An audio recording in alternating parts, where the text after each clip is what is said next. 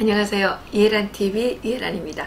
제멋대로 논평, 오늘 18번째 시간인 것 같은데요. 지금 많은 분들께서 적극적으로 호응을 해주셔서 구독자 800명이 넘어섰습니다. 지난달에 1000명을 채우려고 그랬는데 여러분들께서 좀 더 분발해 주시기 바랍니다. 주변에 이해란TV 구독 좀 눌러주시도록 해주시고요.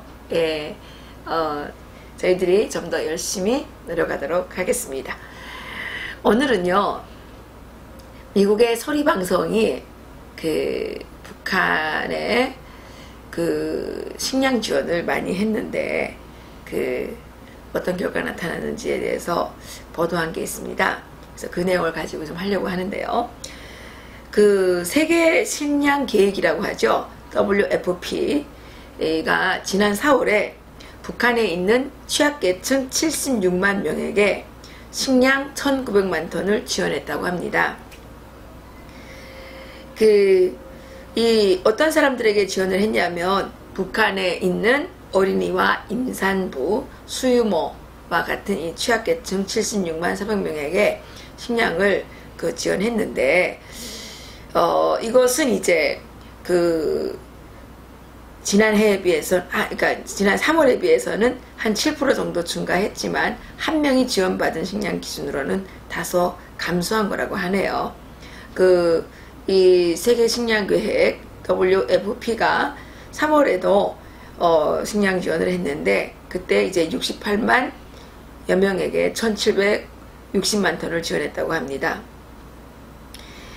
이렇게 이제 세계 식량 계획이라든가 유엔이라든가 이런 데서 계속 지금 식량 지원을 해왔죠. 그렇지만 북한의 식량난은 여전히 해결이 되지 않고 있고요. 아마 대변인 이름이 보씨인가, 그러니까 이름이 보인가 봐요. 그러니까 실케보인데 이 실케보 대변인이 발표한 데 따르면 WFP가 자금 부족으로 어려움을 겪고 있다고 합니다. 그래서 표준 배급량의 3분의 2 수준밖에는 식량을 지원하지 못했다고 하는데요. 실제 북한에서 이렇게 지금 식량을 지원받기 시작한 게 20년이 넘었습니다. 북한이 공식적으로 식량이 부족하다고 발표한 때가 1995년이거든요. 이때 북한에서는 대량 아사가 일어났고 김정일은 그때까지 국제사회에다가 북한은 정말 세상에 부름 없어라, 모든 사람들이 행복하게 잘 산다고 거짓말을 하다가 드디어 국제사회에 많은 사람들이 굶어 죽고 있다고 이제 오픈을 했죠. 그래서 그때부터 국제사회가 들어가서 식량 지원을 해왔는데 지금까지도 이 식량 문제가 해결이 되지 않고 있습니다. 국제구호단체죠. 세이브 더 칠드런이라고 하는 국제구호단체가 각국의 어린이 건강과 교육 등을 주제로 발간한 보고서에서는요, 북한의 발육 장애아 비율이 한국 어린이에 비해서 11배나 더 많다고 이제 발표를 했습니다. 이 한국은 벨기에, 독일, 키프로스와 함께 공동 종합 10위에 올라 있는데 북한은 78위에 올라 있다고 합니다. 북한의 가장 심각한 문제가 영양실조 문제라고 했죠. 사실 저는 대한민국에 와서 이화여대에서 식품영양학을 공부하게 됐습니다. 제가 식품영양학을 공부하게 된 동기는 여러 가지가 있겠지만 그 중에서 가장 중요한 동기였던 것은 북한의 가장 심각한 문제가 영양실조 문제이기 때문에 제가 이화여대에서 식품영양학을 열심히 공부해서 북한의 영양실조 문제를 좀 해결해 봐야 되겠다라고 생각을 했습니다. 제가 떠날 때 북한에는 정말 엄청 많은 영양실조에 걸린 사람들이 있었고요. 북한의 각 역전들, 큰 역전에는 수백여 명, 작은 역전에는 수십여 명의 어린이들이 정말 극심한 영양실조 상태에서 오늘 죽을지 내일 죽을지 그런 상황에 처해 있었거든요.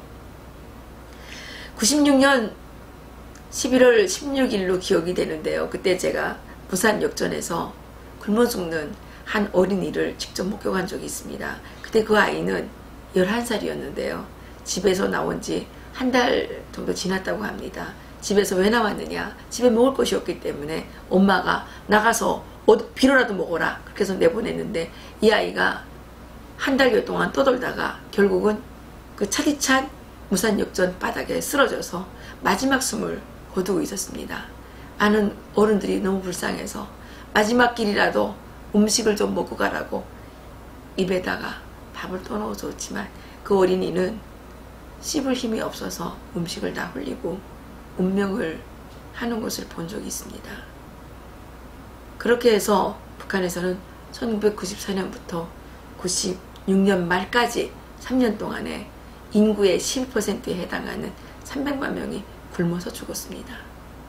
유엔이 몇 년 전에 발표한 자료에 따르면 북한의 영양실조에 걸린 사람들이 인구의 75%가 된다고 발표한 적이 있습니다.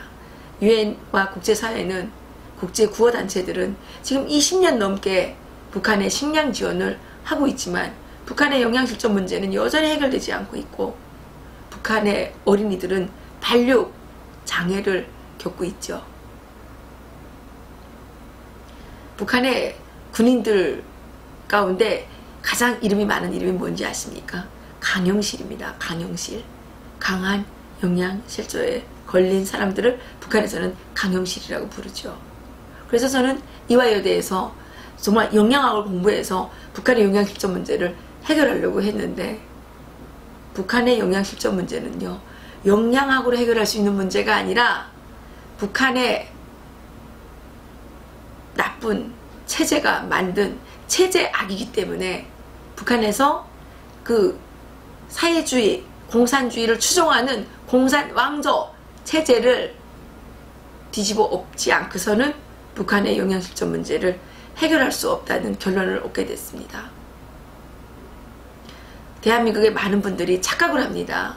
대한민국이 이렇게 경제 부흥을 이뤄낼 수 있었던 것은 이승만 대통령께서 자유민주주의 시장경제체제를 세워주셨기 때문이고, 그 토대 위에서 박정희 대통령께서 산업화라는 과정을 이뤄내셨기 때문에 대한민국은 영양실조에서 벗어날 수 있었고, 보릿고개를 넘을 수 있었고, 지금은 정말 전 세계적으로도 부러워하는 이런 풍요로운 나라를 만들 수 있지 않았겠습니까? 경제 공동체라는 말이 나오는데, 북한과 남한이, 김정은과 문재인 대통령이 경제 공동체를 만들어서 대동강의 기적을 만들겠다 그러는데, 김정은 체제를 그냥 두고서는 절대로 대동강의 기적을 만들 수 없고, 김정은 문재인 경제 공동체는 대동강의 저주를 만들어서 대한민국을 가까운 앞날에 영양실조, 어린이들이 차고 넘치는, 꽃제비 아이들이 차고 넘치는 그런 빈곤 국가로 만들 수 있다는 것을 우리는 명심해야 할 것입니다. 저는 이런 방송 때문에 어느 날 많은 사람들이 저에게 경고를 합니다. 조심해라. 너 그러다가 골로 갈 수 있다. 저 골로 갈 작정을 했습니다. 골로 갈 작정을 하고, 우리 아들들이, 우리의 어린이들이, 대한민국의 어린이들이 영양실조 걸리지 않는 나라를 지키기 위해서 저는 오늘도 이렇게 피 터지게 얘기를 합니다. 지금은 경제 공동체를 운운할 때가 아니고요. 지금은 북한 주민들에게 자유를 줘야 될 때고, 북한 주민들에게 자유민주주의 시장경제 체제를 세워줘야 될 때입니다. 북한 주민들에게는 쌀이 필요한 것이 아니고요. 북한 주민들에게는 거듭 말씀드리지만 자유가 필요합니다. 북한의 배급체제가 무너지면서 3만 명의 탈북자들이 자유를 찾아 대한민국으로 올 수 있었습니다. 북한 주민들에게 배급제 쌀은 너의 굴레였고, 북한 주민들에게 자유를 빼앗아가는 정말 무권리의 노예가 되는 하나의 거대한 쇠사슬이었습니다. 그런데 대한민국 정부가 앞장서서 북한의 권력자들에게, 북한의 김정은 정권에게 쌀을 주어서 북한 주민들을 또다시 노예의 굴레에 묶어 세운다면 이것이야말로 인류 최악의 죄악이 아니겠습니까? 저는 오늘 아침 중앙일보에 난 경제공동체로, 김정은 문재인 경제공동체로 대동강의 기적을 만든다는 기사를 보고 너무너무 심장이 떨리고 정말 온몸이 후들거렸습니다. 대동강의 저주가 이 대한민국을 묻어버릴까봐 정말 걱정했습니다. 한강의 기적을 대동강의 저주로 묻어버릴까봐 걱정을 했습니다. 제멋대로 논평 여기서 마치겠습니다. 감사합니다.